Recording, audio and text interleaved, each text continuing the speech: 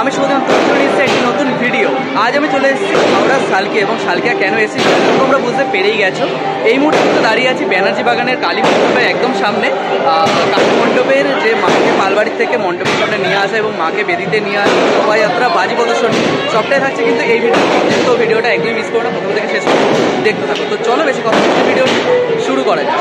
কিন্তু দাঁড়িয়ে রয়েছে মন্দিরের একদম সামনে, আর সামনেটাতে কিন্তু খুব সুন্দর এবং একটি বড় কিন্তু লাইটের গেট করা হয়েছে, দেখতেই পাচ্ছো। খুব বড় কিন্তু একটা লাইটের গেট কিন্তু এখানে করা রয়েছে। তো আস্তে আস্তে আমরা ভেতর দিকে যাবো, মন্দিরটা তোমাদের দেখিয়ে দিচ্ছি, তারপর যাবো ঠাকুর আনতে।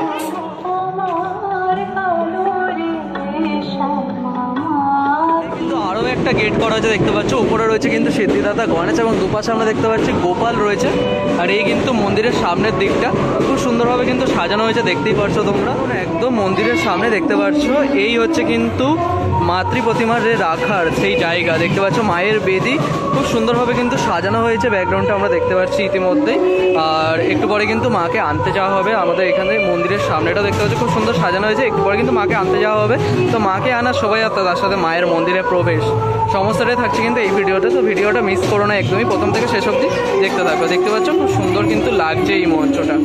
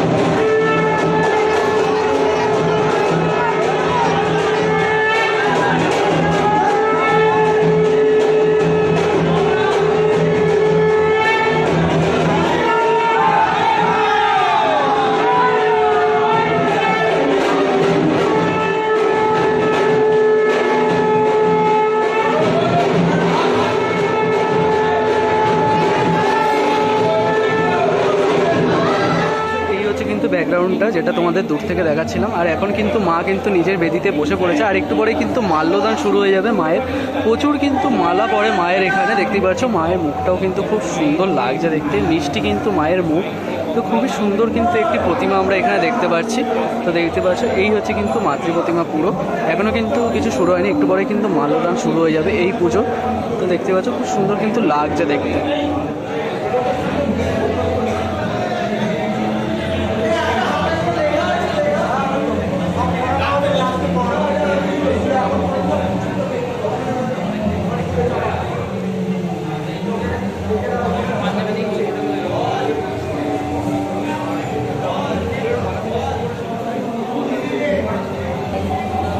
পাচ্ছ, বলেছিলাম তোমাদের একটু পরে কিন্তু মাল্যদান শুরু হয়ে যাবে। দেখতে পাচ্ছ মায়ের কিন্তু মাল্যদান শুরু হয়ে গেছে। প্রচুর ভক্ত কিন্তু মালা দিয়েছে এবং যারা আছেন তারাও কিন্তু মালাটা পরিয়ে দিচ্ছেন। দেখতে পাচ্ছ খুব সুন্দর কিন্তু লাগছে।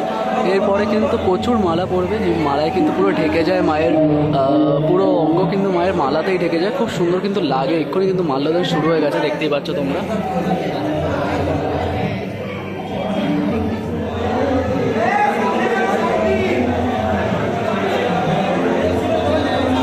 মায়ের যে পুজোর জিনিস সেগুলো কিন্তু এই ঘরেই রাখা হয়। দেখতে পাচ্ছি এটা কিন্তু পাশের ঘর। এখানে 101টা প্রদীপ থেকে শুরু করে বড় প্রদীপ, বরণ ডালা রয়েছে আমরা দেখতে পাচ্ছি, শ্রী রয়েছে আমরা দেখতে পাচ্ছি, এখান থেকে তীরকাঠি কিন্তু রয়েছে, অনেক কিছু কিন্তু রয়েছে। পুরো পুজোর সরঞ্জাম কিন্তু এখানটায় রয়েছে, দেখতে পাচ্ছ খুব গুছানো কিন্তু রয়েছে।